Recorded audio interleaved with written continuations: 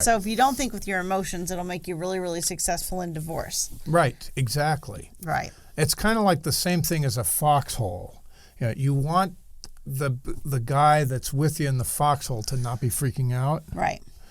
And if that person's freaking out, you're going to freak out. True. So one way to gain some control over your ex, and we all want to control our exes, right, is to remain calm. I want to control everything, not just my ex. So. She's a control enthusiast. I am. Yes.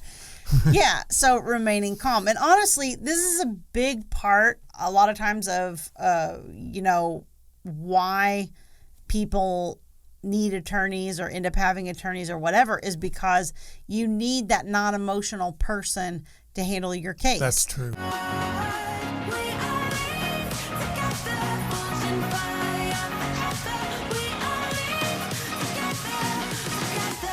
You and I have talked about this before where, Thomas has been to court on his own case a couple of times and obviously knows how to handle the legal aspect of his case.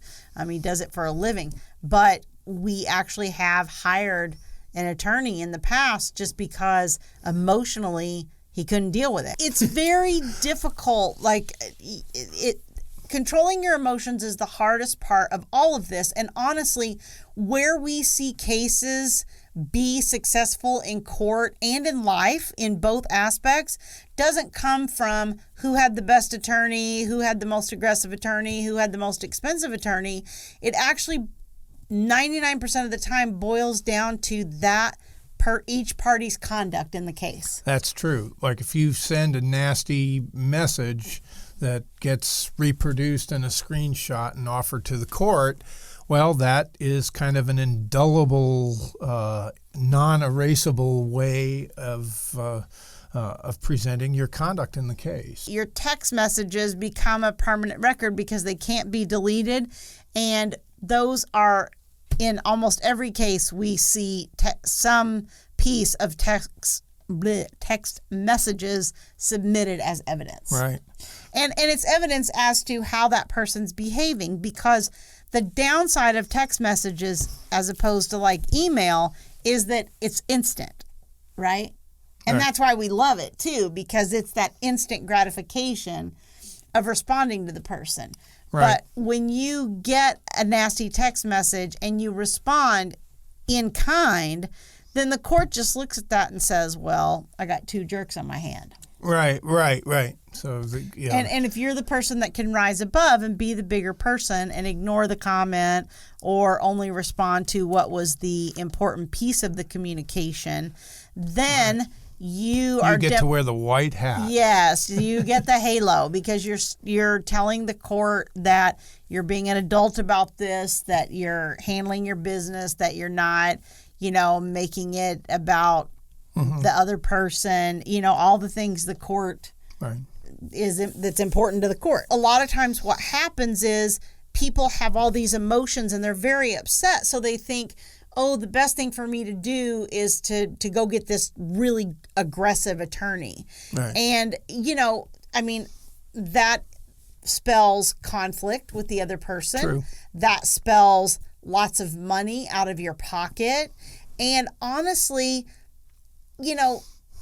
in a large percentage of the cases that are just kind of your typical, divorce case, you don't need that level of trying to box the other person in a corner, so to speak. I mean, I think there's times that you need that. There's situations with, finances a lot of times that are complex, or with physical abuse in the relationship, or different things like that. But the vast majority of cases, the case is won and lost on how the parties behave. The court is looking for facts. And a lot of self-represented people, they come out of the gate in attack mode. And attacking the other party is not helping the court make their decision. Right. It's just making you look bad. Right. Right, because you want, or they come out with their story. Yeah. I think women in particular are bad for their story. Yes. And we tend to want to That's go a through. sexist remark. Well, it's true that we have a lot of words. And we tend to want to go through the whole story. The court expects you to not behave the way you feel. Right. They expect you to be an adult and rise above.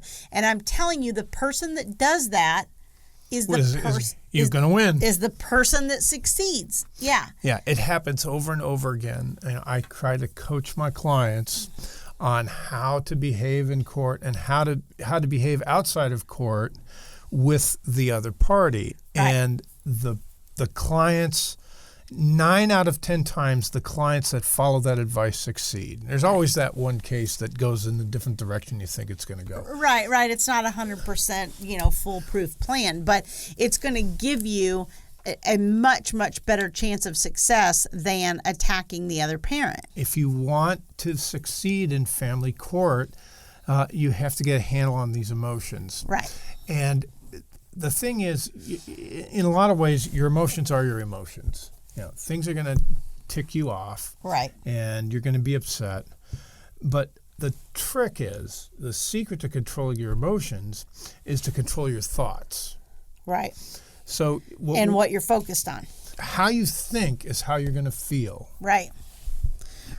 And, I've had people that have struggled with their emotions so much that during the divorce, they're basing their decisions on which option will cause my ex the most pain, discomfort, struggle.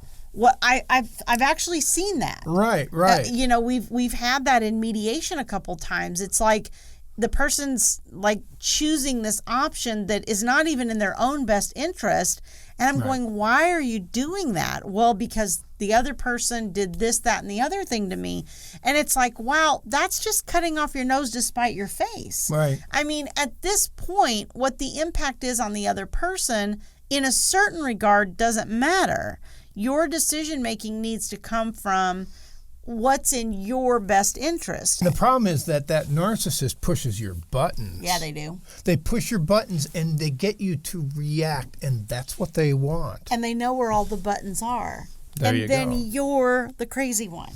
Right, and it makes you look like the crazy one. Right. So the trick is to have boundaries with them so they don't have the opportunity to push your buttons. Right. And in order to have those boundaries, you have to get control of your own emotions. Yeah. And so, therapy obviously is great. Attorneys, not the place for your emotions. That's a very expensive way and you'll blow through your initial retainer before you even knew what hit you because you're having these, emotional conversations about, what happened, about your story, which is not what your attorney needs from you. And so, therapist, coach, support group. Support group. Yeah, you need something like that. We'll grow in number, fueled by them to see the horizon, turn us to thousands.